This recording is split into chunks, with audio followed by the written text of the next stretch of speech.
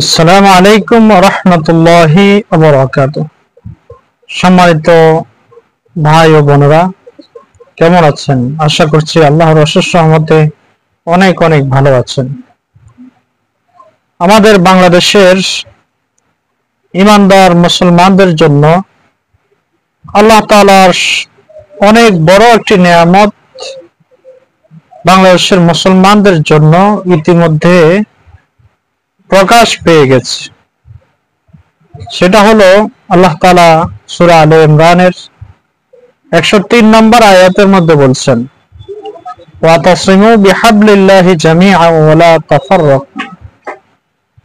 তোমরা সবাই ঐক্যবদ্ধ হয়ে সুসংগঠিত হয়ে থাকো এবং তোমরা বিচ্ছিন্ন হয়ে যেও না। আযকুরু নি'মাতাল্লাহি আলাইকুম ইয কুনতুম আ'দাআন ফাআল্লাফা বাইনা কুলুবিকুম। আর তোমরা স্মরণ করো যখন তোমরা ছিলে পরস্পর শত্রু, অতঃপর আল্লাহ তাআলা তোমাদের মাঝে মহব্বত এবং ভালোবাসার বন্ধন সৃষ্টি করেছেন। এই নিয়ামতটি আল্লাহ তাআলা বাংলাদেশের ইসলামী দল সমূহের মধ্যে খুব দ্রুত দান করেছেন। আলহামদুলিল্লাহ, আল্লাহ তাআলার শুকর। আমাদের এই অটুট বন্ধনকে আমরা দৃঢ় থেকে দৃঢ় করতে হবে, মজবুত থেকে মজবুত করতে হবে। তাই প্রিয় ভাইয়েরা, আসুন,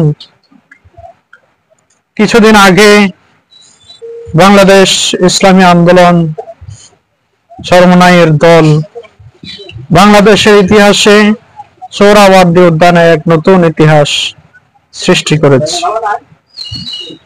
আগামী 19 তারিখ বাংলাদেশ জামাতে ইসলামীও বাংলাদেশের ইতিহাসে সোহরাওয়ার্দী ময়দানে এক ইতিহাস সৃষ্টি করুক। আসুন, এজন্য আমরা সবাই এক এবং ঐক্যবদ্ধ হয়ে আমরা চেষ্টা চালিয়ে যাই।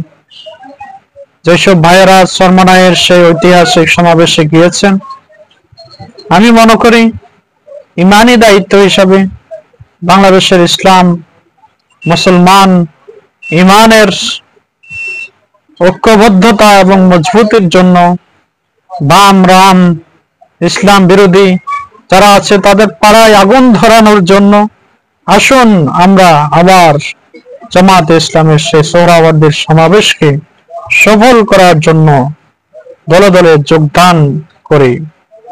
আমাদের মাঝে যে বিশাল এক মজবুত প্রাচীরের বন্ধন ছিল, সে বন্ধনকে আমরা ছিঁড়ে ফেলে আমরা পরস্পর কাছে চলে এসেছি।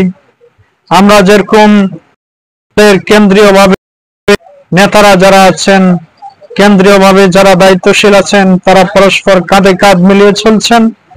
আমরা গ্রাম পর্যায়ে যারা আছি, আমরা তৃণমূল পর্যায়ে যারা আছি, তারাও আসুন আগের সমস্ত বিভেদ ভুলে গিয়ে, আগের সমস্ত রকমের অনৈক্য মতানৈক্য ভুলে গিয়ে আমরা পরস্পর কাঁধ মিলিয়ে আমরা পরস্পর এক এবং ঐক্যবদ্ধ হয়ে সমস্ত রকমের বিভেদের প্রাচীর আমরা ধূলিসাৎ করে দিয়ে আসুন আমরা এই সমাবেশকে সফল করি এবং বাতিলের সেই পাড়ায় আবার আগুন ধরিয়ে দেই।